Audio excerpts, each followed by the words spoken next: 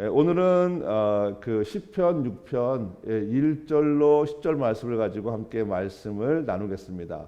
제목은 다윗 왕의 환난 때의 기도라는 제목으로 함께 은혜를 나누겠습니다. 다윗 왕은 평생에 수많은 위기와 환난을 당했고요.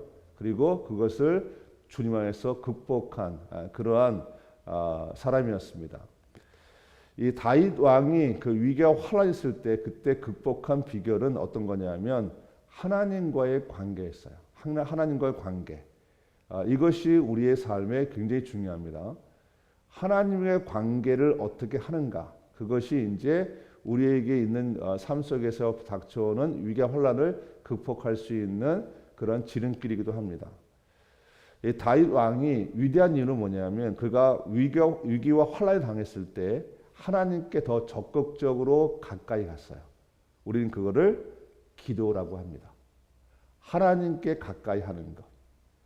하나님께 더 열심히 따라가는 것. 여러분, 우리 삶에 문제가 생겼을 때 그 문제에 빠져서 그 문제를 쫓아가면 그것이 내 감정이나 내가 그 생각으로 맞는 것 같지만 그렇지 않습니다. 내가 문제에 빠져서 그 문제를 쫓아다니면 문제는 해결되지 않습니다.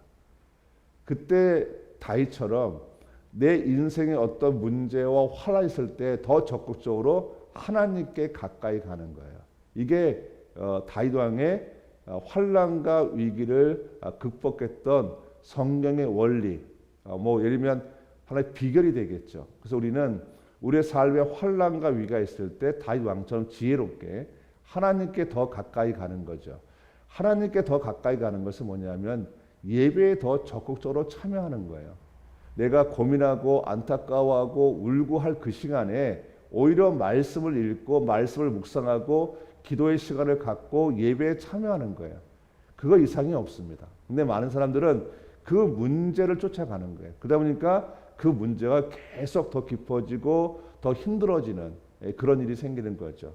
오늘 다윗 왕을 통해서 여러분이 혹시 만약 지금 환난과 위기를 당하고 계시다면 다윗 왕이 하였던 그런 신앙의 모범을 보면서 우리가 함께 따라가길 원합니다.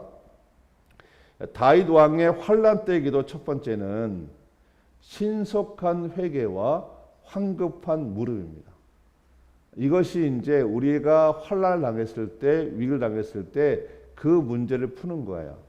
오늘 그 1절로 3절에 있는 말씀이 바로 그런 거거든요. 제가 한번 읽어드리겠습니다. 여호와여 주의 분노로 나를 책망하지 마시오며 주의 진노로 나를 징계하지 마옵소서. 여호와여 내가 수척하였사오니 내가 내게 은혜를 베푸소서.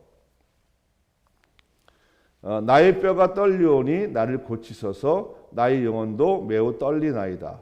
여호와여